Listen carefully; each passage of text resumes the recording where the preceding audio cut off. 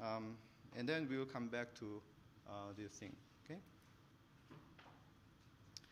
So just give you a few more examples. So we want to express this knowledge in first order logic. So no books are gaseous, dictionaries are books, therefore no dictionary is gaseous. Note here that we want to, so just general picture here. From propositional logic, what we want to generalize here is we want to distinguish between individual and relations. Okay? Or individual, sometimes it's called objects, okay? Sometimes it's called members of the universe, versus the relations. Relations between the individuals, or sometimes it's called predicate that holds for the individuals. Okay? So how do we express this idea? Okay, so we have to introduce some symbols which will be a part of the signature. So when you say B of X, this is so-called unary predicate. Okay, it's a predicate that is evaluated to true or false. And this is true when X is a book. So here X is a variable, we don't know yet. But if you are given the particular individual X, then we can evaluate whether this is true or false. G of X means that X is gaseous, and D of X is dictionary. So how do we express this idea? No books are gaseous. Well, we are going to use quantifiers, and I told you just using some intuition, you can just write this English sentence in terms of these formulas. So here there is no X such that X belongs to B and X belongs to G. Or if you paraphrase, there is no object X such that X is a book and X is a gaseous. Okay? Or you can just say no books are gaseous. So, okay. The next one is dictionaries are books. So what it means is actually all dictionaries are books. So if X, for all X, if X belongs to a dictionary, then X is a book. Okay, so that's a knowledge. And what we want to derive is using these two sentences. Can we derive a new knowledge out of it? Okay, so this is actually entailment that you saw in the propositional logic. So how can we derive new knowledge from the existing knowledge? So what we can say is using the deduction, you can say there is no dictionary that is gaseous. How do we do that? Well, there is a calculus behind this. Okay, we are going to look at those things. Okay. Another example, every child is younger than his mother. So here we represent that by C of X, X is a child, and M of XY, X is Y's mother. So how do we express this? So we use this now for all quantification, for all X and for all Y. Okay, so it applies to all individuals X and Y. If X is a child and X is Y's mother, then X is younger.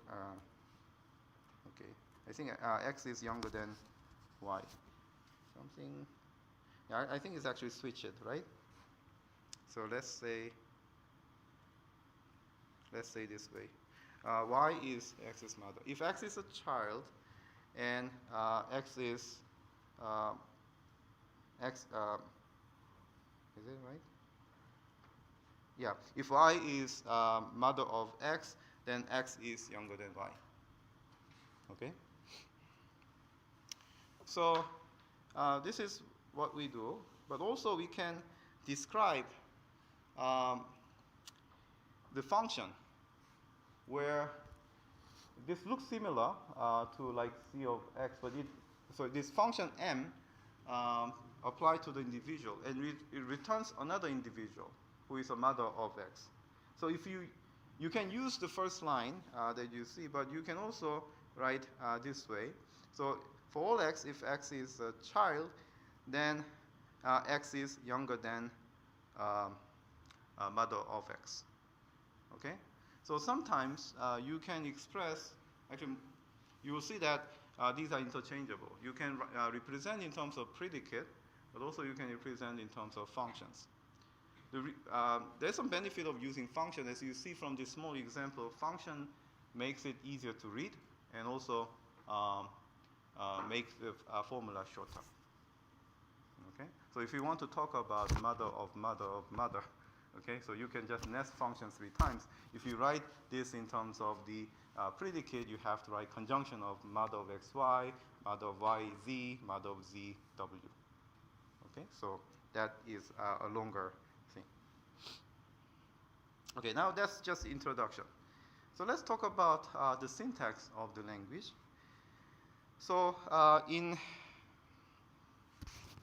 propositional logic, we only have a very simple fact, either true or false, and that was called atom. And we want to distinguish these things. So first, there's an object. Okay, so individual in the universe. So it could be the set of people, set of numbers. It could be some particular name, okay, colors or games, and so on. So this is an entity, or individual, or object. Those are all synonyms. Now, functions can be applied to these objects, and it returns another object. Okay? So you can talk about father of some people, father of some person, that returns another person. Okay?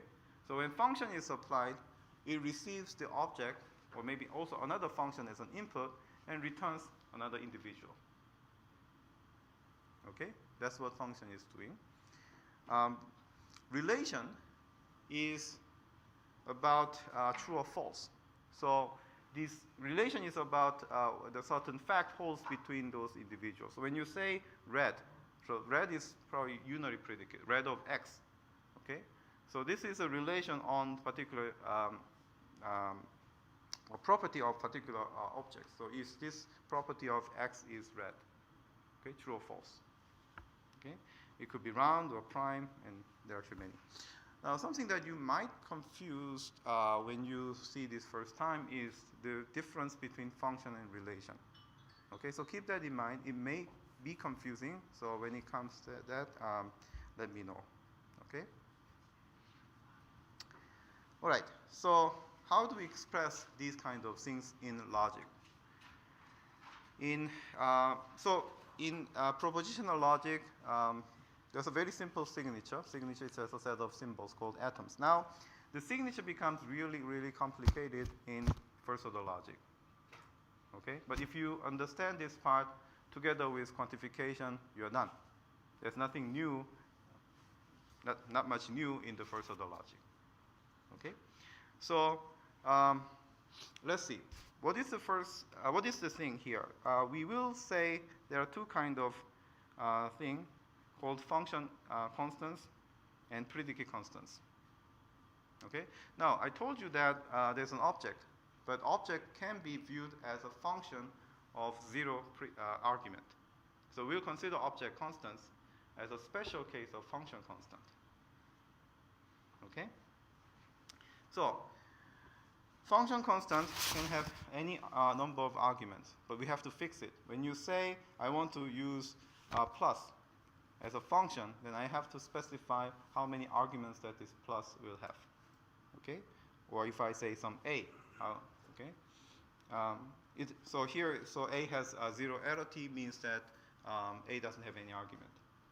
Okay? So by itself, it returns that some individual. Okay? Father, it needs one individual as an input and returns other individual. Okay, are we together? So here, function constants of LT0 are object constants. Now, predicate constants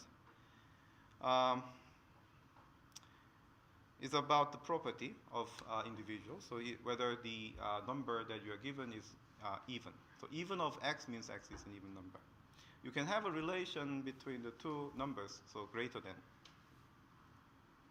Now, there's also a special predicate constant that has no argument.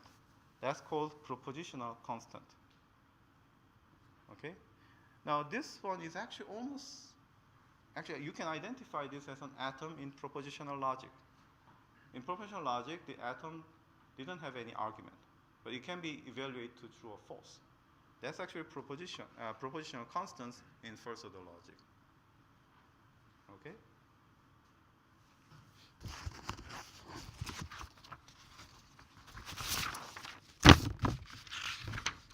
All right. Okay, are we clear about this signature?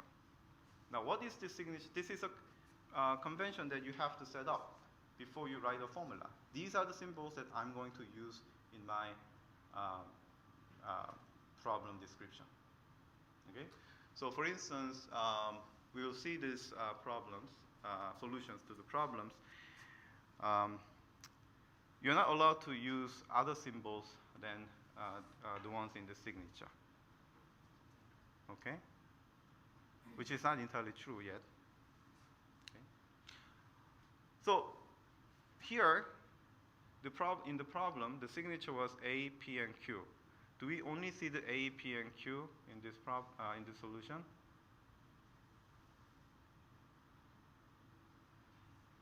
No, we see just X, conjunction, comma, parenthesis, right? However, those are not part of the signature because they already have fixed meaning. You don't have to include in the signature. Okay, so those are the other symbols that are not in the signature, but you can use freely in your formula. This is something that you don't have to make a convention before. Okay, what are they? You have infinitely many numbers of object variables that you can use. The convention is usually we write x, y, z to denote these variables. And if you need subscript, then x1, y1, and so on and so forth. So you don't have to declare these symbols in the signature because you can just use any variables there. You will see later, when you assign the meaning to the formula, the particular symbol of the variable is not very important, unlike the ones in the signature. Okay? In the signature, if you say John and Mary, okay, if you just switch them, that may make a difference. However, when you have these symbols, the variables in the formula, and when the formula can be evaluated to true or false, the particular name of that variable is not important. Okay? So this is actually what you're familiar with, the propositional connectives. You can use all the connectives that you have used in propositional logic. Okay? And the other things that are new here is the quantifiers. There are two quantifiers, okay, for all or exist. You can still use parentheses. Now you can also use comma. Why do we need comma? Because you have to distinguish the argument, right? Okay, so that's good. So now you know the alphabet of the language. What symbols can you use? But if you just throw all these alphabet in a random order, it does not make any sense. So the syntax is to give the ordering of this alphabet so that it makes the some reasonable entity. Okay? So the first thing is actually Tom, and this is where the first order logic becomes a bit complex. Okay?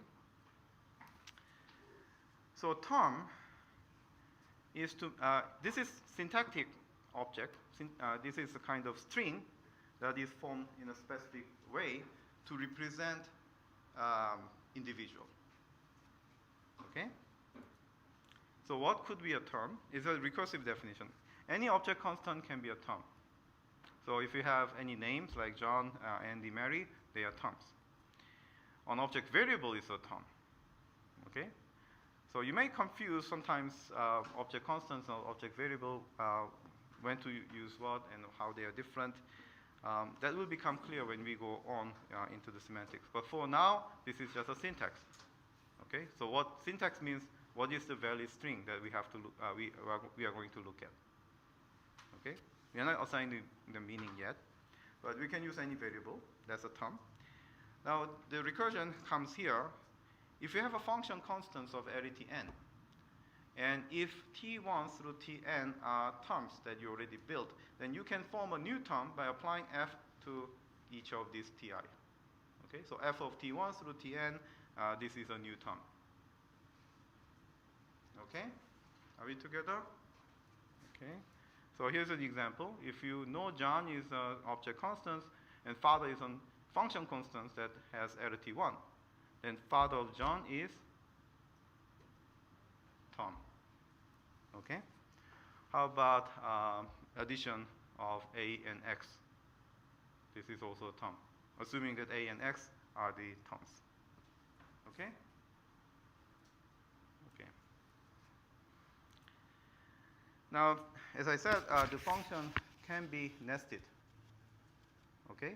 So this is actually different from predicate that you're going to see. Predicate cannot be nested, but function can be nested. So you can say great-grandfather of John as well, father of father of father of John. Okay? And it may not make sense to you now, but at least syntax is concerned, you can still write this thing that you don't know how to evaluate, but it is still a valid thing according to the syntax.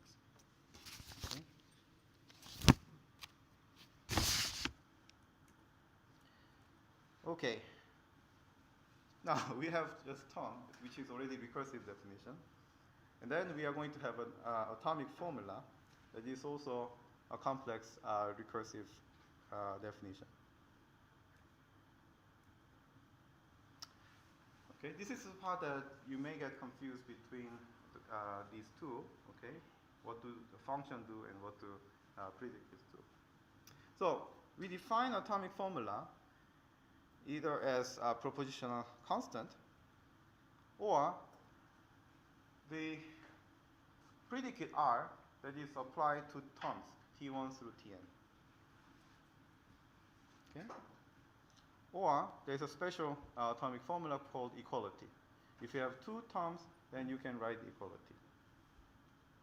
Okay? Maybe I actually forgot to say equality is also a symbol that you can use, but it's not in the part of the signature. Okay?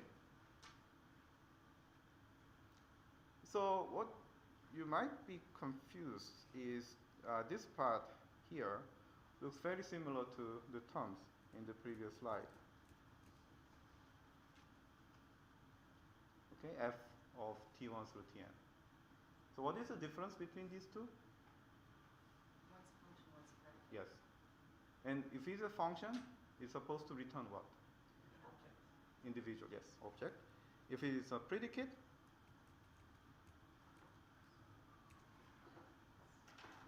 it's true or false. Okay, good. So here's an example. Strain rate is an atom that we saw in the propositional logic. This is, in fact, propositional constant. Or you can say predicate constant that has zero additive. Okay? You can write these things. So note here that even and greater than symbol, they are all relations or predicate symbols. Okay? You can, so in logic, basically you have only the prefix notation. But you can use this way to abbreviate this. Okay? So that's just abbreviation. Now you can also talk about equality. So father of John returns some individual and whether he is equal to James. So that's what you can evaluate, either true or false. Okay, are we together? Okay. So what you have to remember here is the atomic formula works very much like atom in propositional logic. This is a kind of smallest unit that we can assign either true or false. Okay? Okay, now then how do we define formula? So formula can be built from atomic formula and connectives and quantifiers. So every atomic formula in the previous slide could be said as a formula. Now, this part is actually the same as in propositional logic. So bottom and top, they are formulas. If f is a formula, then not f is a formula. If fg are formulas, then their binary connection is also a formula. The new part here, yes, yet another red part that is new here is if f is a formula, then you can prepend quantification here, fold x and exist x. That's also formulas. Okay? Any question up to this part? All right. So then let's do these exercises. So we are given A, P, Q.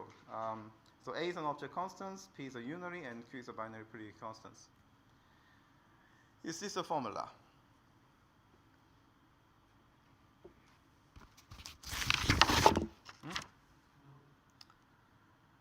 Okay, you lose your chance now.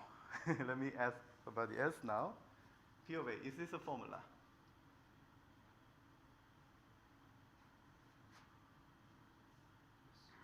Anyone just say? I just want to see whether other people are also following. This is a formula. Okay, so the first one is not a formula because A is an object constant. Object constant is a term, and term is not an atomic formula. Okay, so it's not a formula. P of A is a formula because P is a periodic constant, and A is a term. Q of A? Q of A? Q of A? Q of A is not a valid formula because Q should be a binary. Okay, for all x P of A? Yes? Is it a formula? Yeah, it is a formula. It looks actually strange. You have for all x, but you don't use x in the formula, P of A, but this is still a formula. Okay? Because the last one is saying if you just append for all x, that also make a formula. Is this a formula? Yeah, it looks complicated, but it is a formula. Okay, so far so good. Now let's look at now the new part. We are going to talk about some occurrences of variables. Maybe let's just go back here. Okay, so some variables are associated with the quantifiers and some are not. If you look at this one, for instance, this x, okay, here is actually in the scope of existential quantification, but y is not a part of it, right? Okay, so that's actually the basic idea of bound and free variables. We first talk about occurrence of a variable to be bound or free. So bound simply means that there is some bounding quantifiers for that occurrence or variable. Okay? So actually, let's look at this example, for instance.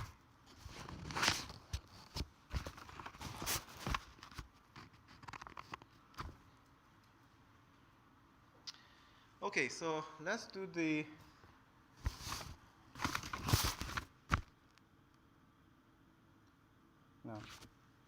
okay, let's see whether we can understand the definition. So here, occurrence of variable is the particular place that the variable occurs, right?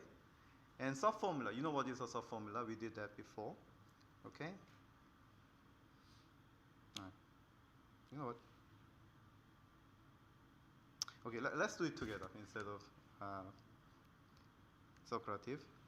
So one way to do this, to understand this definition, is to write a path tree. Okay, so let's do this together. What is the root node here for this formula?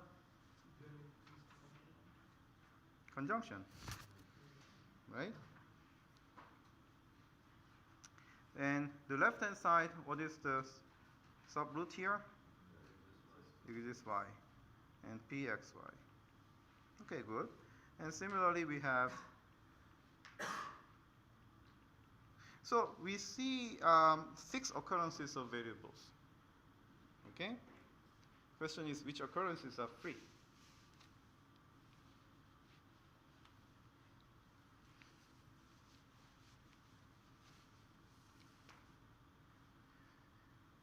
Dongsen.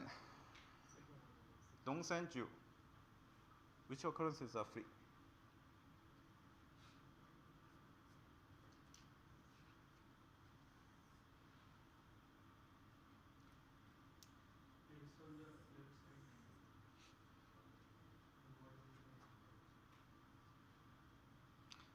Okay.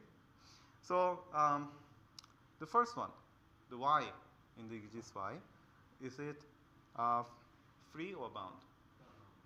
It is bound because it is in the form of, is a subformula of the formula that has QVG.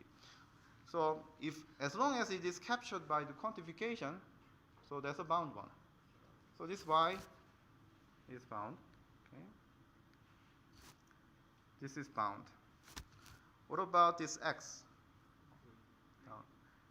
X here is free because there is nothing to bound this x if you go up the tree, right? What about this y? It's bound because it is bounded by this quantifier here, right? Okay, good. Now what about this one? Should be bound, and same reason that this is bound and this is free. Okay. Now note here that y on the left subtree was bound, but y on the right subtree is actually free. They cannot be the same variable. Okay, they do not actually work in the same way. And this is actually very important to assign the meaning of the formula. You will see that in first order logic, when you assign the meaning to the formula, you cannot assign the meaning if you have any free occurrences of variable, because you don't know how to interpret that variable. Okay?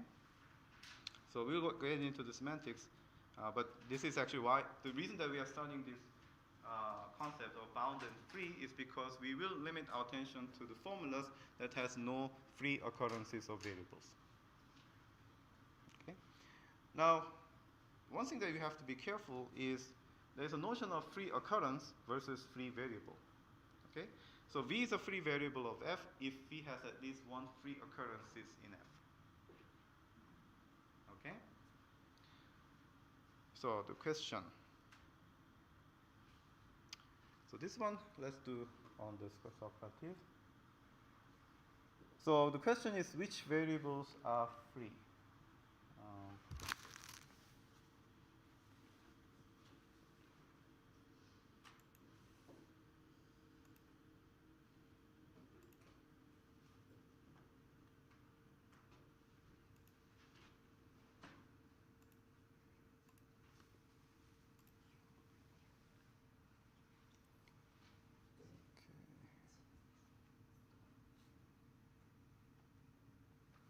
Let's go back.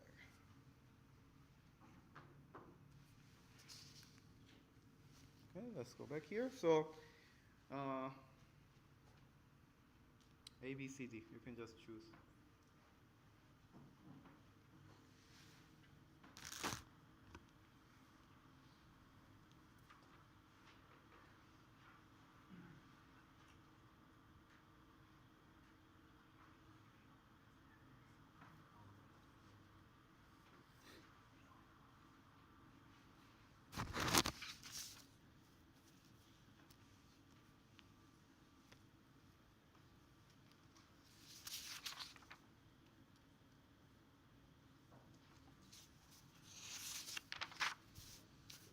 Okay, let's see.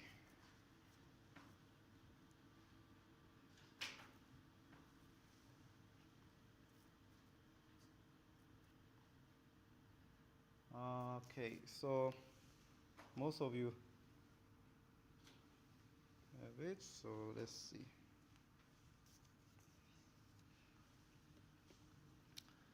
The answer actually varies. Okay. So some of you have C, D, A, B, C. What is A, B, C? But you have to select only one. Okay. I don't know why you select more than this. Looks like the answers are varying. There are some. C seems to be many choice, but it's not necessarily dominant. So let's see what is going on. So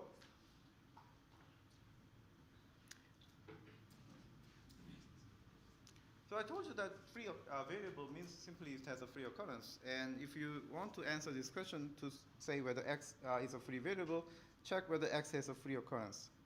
Okay, so x has a free occurrence on the left subrange, right? So x is a free variable. What about y? Y also has a free occurrence, so y is a free variable. So what are the free variables of the formula? X and y. Done. Okay? All right. Here's another example. Okay, so here, what are the free occurrences of a variable? So there are 5 occurrences. Okay, what are the free occurrences? 4 and 5, right? Because if you parse this quantification for all x is only applied to these things, right? It doesn't govern this. So 4 and 5 are free occurrences there. Then what are the free variables? X and y. Okay? Okay, good. Now, bound variables can be renamed.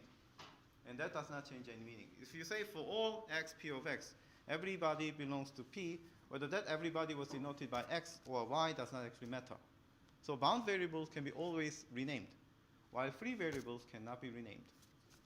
Okay, because you don't know what is that free x and y refer to. So this is a terminology. A sentence is a formula that has no free variables. Now, some people may just write a formula that has free occurrences of variable, but as we say, we can only assign the meaning to the formulas that has no free variable. So convention here is you can say something called universal closure, which means that even though somebody wrote a formula that has free occurrences, you understand this as universally quantified. Those free variables are assumed to be universally quantified. Okay, so that is actually the convention in many KR languages. You don't want to say always these full quantifications.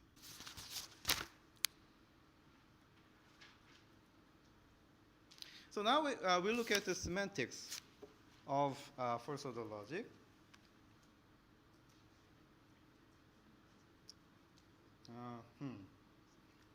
Where is? Okay, it was fun to do that, and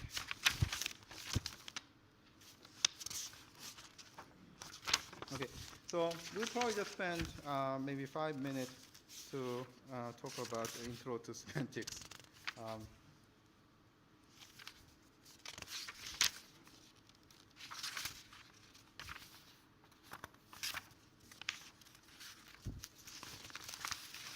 Okay, so this is actually reflective of what we did in propositional logic.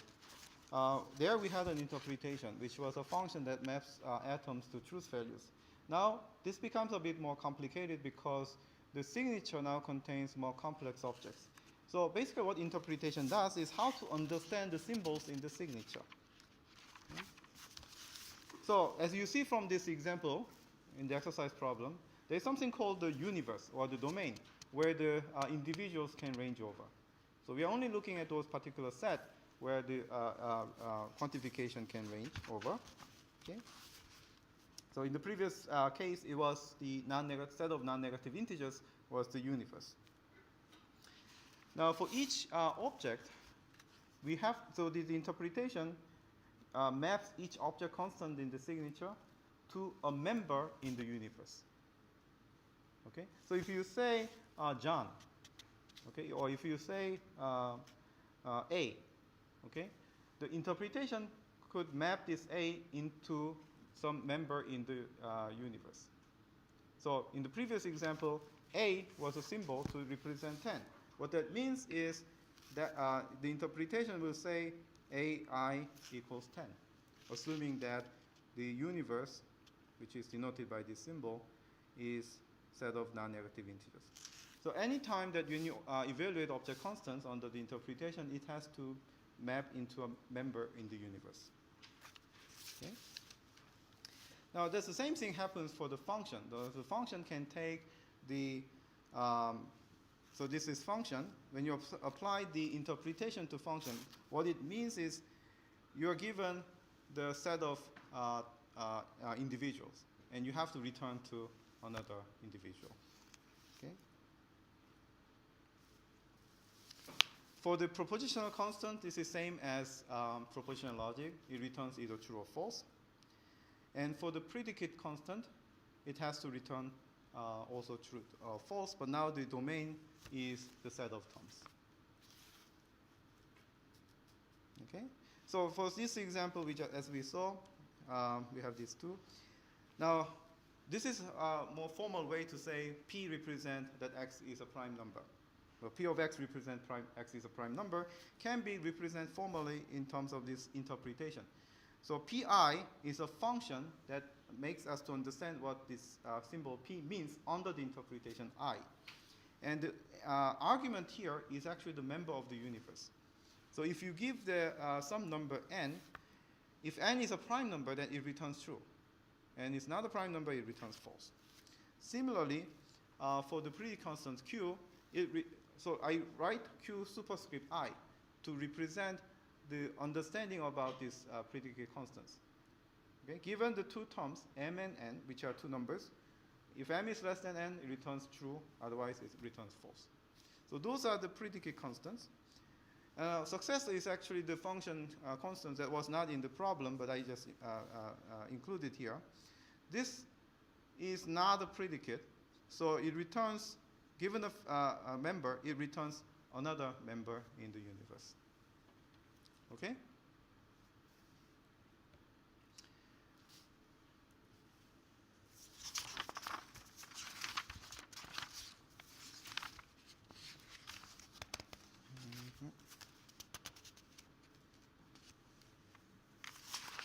Okay, this will be the last slide for today. So for a term, so we constructed a term in the syntax part. So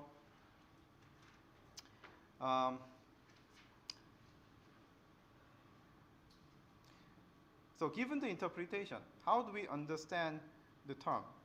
For the simple case, like object constants A, then A superscript I returns to an individual. So that's already what interpretation tells us. But now, given the interpretation, how can we understand more complex terms? So given the F and T1 through Tn, okay? And as you can see, you just recursively evaluate the terms and then apply this function Fi. Okay, so here's an example. So success of A. Okay, you apply this interpretation to the success of A, it goes recursively inside. Okay, so AI is actually the 10 under this interpretation. So you replace AI with 10. Now the success of I, in the previous slide, you see that if you're given the number 10, it returns next value, which is 11. Now, here's something that you have to be careful. When I use A versus A superscript I, they're totally different things. Okay? A is a part of the syntax. A superscript I is a meaning. It's a member of the universe. Similarly, when you have the successor function, successor, as you see here, is just a function constant. When you apply the interpretation, this function gets the meaning to return the next value. Okay? All right. So I'm going to stop here, and I'll put the exit ticket.